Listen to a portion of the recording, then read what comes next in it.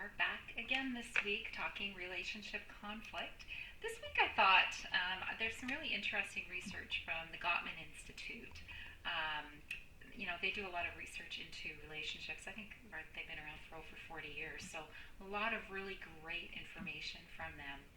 Um, and so they've sort of divided couples up into sort of 5 different types from the research that they've done. And I thought it would be interesting to talk about those types today. And what is you're going to find so cool is there's 5 types. 3 of them seem to be pretty good, and 2 of them are not very healthy. But the 3 that are healthy have something in common with each other, and that's what I think is today's most important takeaway. So before we get into the different types of relationships, I thought I would just let you know who I am.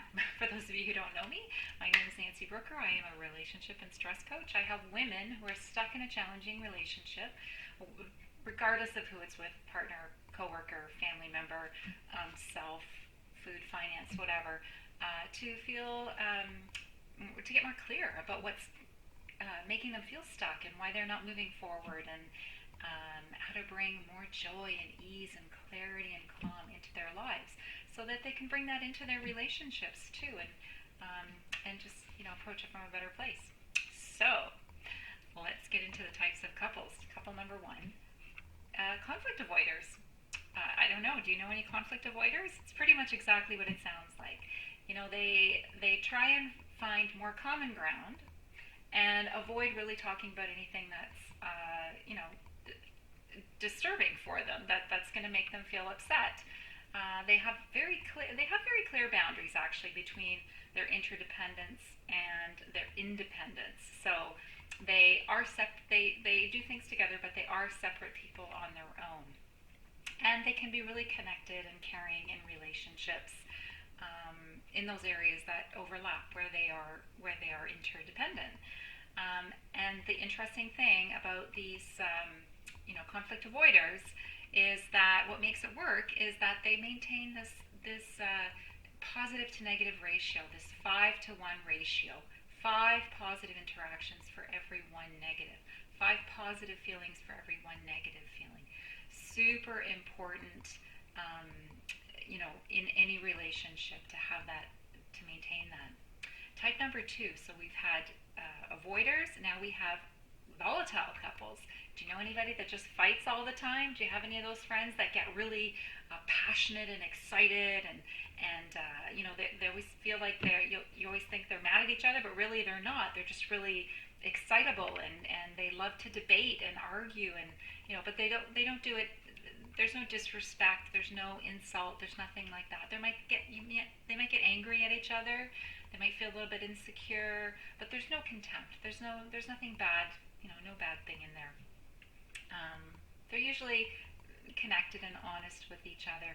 And again, that 5-to-1 ratio, 5 positive to 1 negative. Type number 3.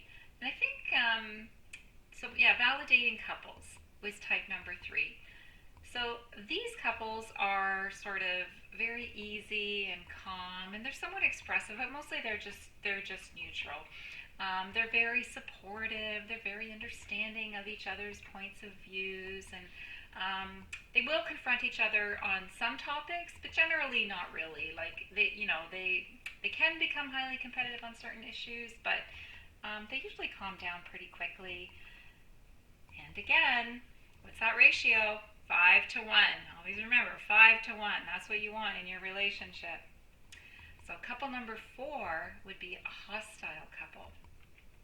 Now these are actually similar to validating couples, which is surprising, except for they have really high levels of defensiveness, which means that they can't, it's hard to communicate because they're both on the defensive, right?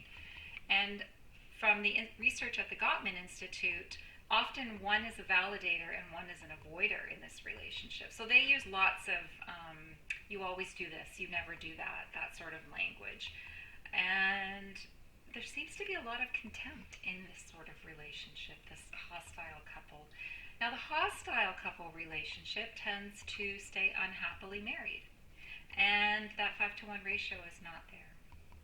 And then the last couple is hostile and detached, which you know is the end of it. These couples are like in a standoff. They're like the two armies in a standoff. They're usually frustrated. There's no winner ever because they're always in some sort of stalemate, and they're emotionally detached. Usually, now in this couple, from the research, it's one validator and one volatile. But now the hostile detached couple eventually divorces. And again, what was missing was that 5-to-1 ratio. So if you take anything away from this video today, take away that 5-to-1 positive to negative ratio that's so important to any sort of healthy relationship, regardless of who it's with. So interesting stuff, right? So think about it. Where does your relationship stand on this? And most importantly, where do you stand on that 5-to-1 ratio? 5-to-1 positive to negative. Are you a conflict avoider? Are you volatile couple? Are you validating couples? Are you hostile? Are you hostile detached? Are you doomed if you're one of the last two? Well, no. I mean, you can always learn. You can always grow. But remember, if you take anything away today, that positive to negative ratio, 5-to-1, super important. Join me next week when we'll talk about stress communication styles, more interesting stuff. So thanks for listening. I hope that was interesting for you, and I hope you took that to get that takeaway. 5-to-1, 5-to-1, 5-to-1. Don't forget. If you could use some help in your relationship or in the stresses in your life, please reach out. I would love to chat with you to see how we could work together. Come join me over on my Facebook page at Living in Yes. Don't forget to grab your freebies below, subscribe,